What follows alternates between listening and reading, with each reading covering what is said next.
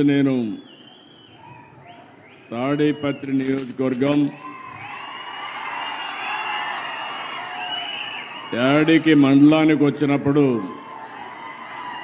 అఖండ స్వాగతం పలికిన సోదరి సోదరమణులందరికీ నమస్కారాలు, అభినందనలు, శుభాభినందనలు. సభాధ్యక్షులు, స్థానిక శాసనసభ్యులు జేసీ అశ్మిత్ రెడ్డి గారు, యువకుడు, ఉత్సాహవంతుడు, వినూత్నమైన ఆలోచనలుండే వ్యక్తి. మీరందరూ కూడా పూర్తిగా సహకరించండి. ఈ నియోజకవర్గాన్ని ఒక ఆదర్శ నియోజకవర్గంగా తయారు చేసే బాధ్యత అశ్మిత్ రెడ్డి గారిదని చెప్పి నేను మీ అందరికీ తెలియజేస్తున్నా. గౌరవ పార్లమెంటు సభ్యులు గౌరవనీయులు అంబిక లక్ష్మీనారాయణ గారు ఒక వెనుకబడిన వర్గాల ప్రతినిధి, మీ అందరికీ అందుబాటులో ఉంటాడు. పార్లమెంట్లో కూడా నేను చూస్తున్నా గట్టిగా పోరాడుతున్నాడు. అలాంటి అంబిక లక్ష్మీనారాయణ గారికి, సహచర మంత్రివర్గ సభ్యులు నిమ్మల రామానాయుడు గారు, పయ్యావల కేశవ్ గారు, ఇక్కడ ఉన్నటువంటి ఇరిగేషన్ డిపార్ట్మెంట్లో ఉన్నటువంటి ప్రశాంతి గారు, జిల్లా కలెక్టర్ గారు, ఈరోజు ఇక్కడ రైతుల తరపున గుర్రం రామాంజనేయులు గారు, రైతుల తరపున గులిపాడెం శివ నరసింహులు గారు, ఇంకొక పక్క గవర్నమెంట్ విప్పు కాలవ శ్రీనివాసులు గారు, సాగునీటి సంఘాల అధ్యక్షులు ఈ నియోజకవర్గంలో కొట్టం నాగేశ్వర్ గారు, డిస్ట్రిక్ట్ ప్రెసిడెంట్ అయినటువంటి సాగునీటి సంఘాల అధ్యక్షుడు కొర్రపాటి శేఖర్ గారు, ఈరోజు ఇక్కడికి వచ్చిన మిత్రులందరికీ నేను ఈరోజు వచ్చిన ముఖ్యమైన కార్యక్రమం, అనంతపూర్ జిల్లా ఒకప్పుడు ఎట్లుంది, ఈరోజు ఎట్లుందో ఒకసారి గుర్తు చేసుకుంటే భవిష్యత్తు మన చేతుల్లో ఉంది. ఆ భవిష్యత్తుకు నాంది పలకడానికి, దీన్ని లాజికల్గా తీసుకుపోవడానికి నేను ఇక్కడికి వచ్చాను.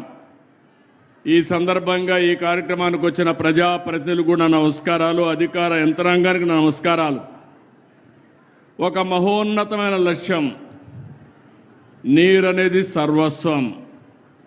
అలాంటి నీటిని ఏ విధంగా సంరక్షించుకోవాలనడానికి ఈరోజు 100 రోజుల కార్యక్రమానికి శ్రీకారం చుడుతున్నాం. నీటి బొట్టు విలువ తెలిసిన వాడిగా దశాబ్దాలుగా పనిచేస్తున్నా, నీటి భద్రత కోసం పనిచేస్తున్నా. ఈ అనంతపూర్లో మీరు చూస్తే నేను ఎప్పుడూ చెప్పేవాడిని, పరిగెత్తే నీటిని నడిపించాలి, నడిచే నీటిని నిలబెట్టాలి, నిలబడిన నీటిని భూగర్భ జలాలుగా మార్చాలి, భూమిని ఒక జలాశయంగా చేసుకోవాలి. ఎక్కడ జలాశయాలుంటే ఆ జలాశయాలన్నీ కూడా పూర్తిగా నింపే బాధ్యత తీసుకోవాలి. ఇది ఈరోజు చెప్పిన మాట కాదు. నేను 3 దశాబ్దాలుగా మన నాయకుడు నందమూరి తారక రామారావు గారు ఈ జిల్లాకు న్యాయం చేశాడంటే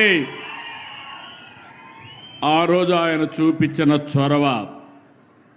అందుకని ఒకప్పుడు ఇంకుడు గుంతలు ప్రారంభించాం, చెక్ డ్యాములు కట్టాం, తుంపర్ల సేద్యానికి ప్రాధాన్యత ఇచ్చాం, సూక్ష్మ సేద్యం తీసుకొచ్చాం, రెయిన్ గన్లు కూడా పెట్టాం. అనేక ప్రయత్నాలు చేసి ఆ రోజు మనం ముందుకు పోయాం.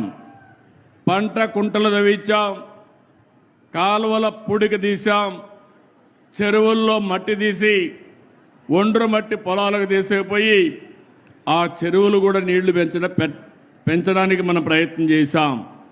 ఎన్టీఆర్ జలసిరి తీసుకొచ్చాం, ట్రెంచెలు కొట్టాం, నీరు చెట్టు అన్నాం, నీరు మీరన్నాం, నీరు ప్రగతి అనే కార్యక్రమం తీసుకొచ్చి అనేక విధాలుగా మీకు దగ్గరకు వచ్చాం.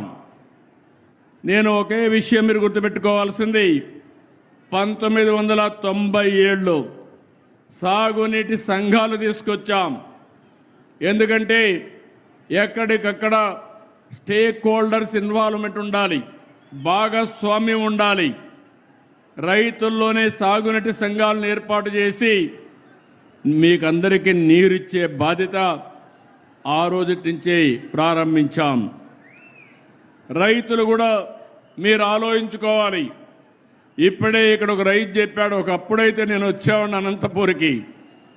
వచ్చినప్పుడు ఎన్ని సమస్యలు అంటే 10 సంవత్సరాల్లో 8 సంవత్సరాలు పంటలు వచ్చేటివి కాదు, నీళ్లు కూడా సరిగా ఉండేటివి కాదు. ఒకసారి అందరూ అడిగారు, కనీసం వేరుశనగ పంట వేస్తున్నాం, మాకు ఇబ్బందులు ఉన్నాయి, కనీసం ఇన్పుట్ సబ్సిడీ ఇవ్వండి, కనీసం పెట్టుబడి ఖర్చులు విత్తనాలకన్నా ఇచ్చే బాధ్యత తీసుకోమంటే మొట్టమొదటిసారిగా ఇన్పుట్ సబ్సిడీ ప్రారంభించింది ఈ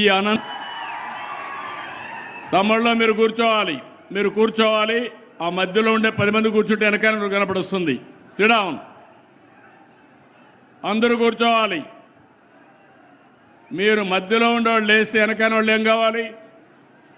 కూర్చోండి. అక్కడ ఉండేవాళ్ళందరూ కూర్చోండి, అటు పక్కకు రండి.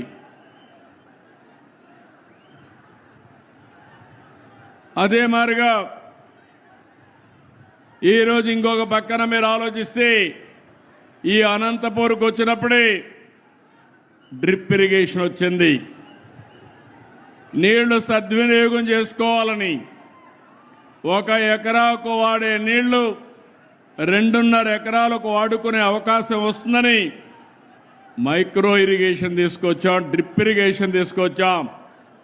ఆ రోజు నేను ఒకటే మాట చెప్పాను, అది పెట్టుకునే శక్తి రాయలసీమలో లేదు కాబట్టి 100కి 90 రూపాయలు నేనే సబ్సిడీ ఇచ్చి 90%తో డ్రిప్ ఇరిగేషన్కి సబ్సిడీ ఇచ్చిన ఏకైక ప్రభుత్వం ఎన్డీఏ తెలుగుదేశం ప్రభుత్వం. నేను ఎప్పుడో మీరు చూస్తే జాతీయ స్థాయిలో వాజ్పేయి గారు ప్రధానమంత్రిగా ఉన్నప్పుడు మైక్రో ఇరిగేషన్ పైన ఒక రిపోర్ట్ ఇచ్చాను.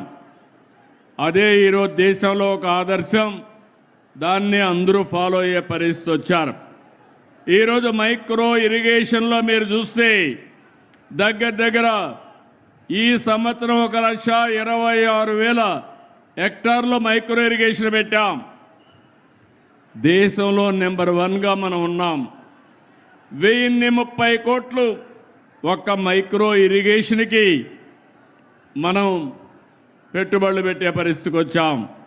ఇంకో పక్క మీరు చూస్తే హార్టికల్చర్ రాయలసీమలో ఉంది.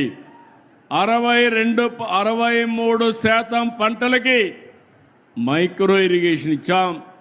దీనివల్ల ఈరోజు మనందరికీ దేశంలో నెంబర్ 1గా ఉన్నాం. నేను ఒకటే మీకు ఇక్కడ విజ్ఞప్తి చేస్తున్నా, ఈరోజు మీరు ఒక్కసారి ఆలోచిస్తే మైక్రో ఇరిగేషన్ వల్ల, డ్రిప్ ఇరిగేషన్ వల్ల ఎనలేని లాభాలు వచ్చాయి.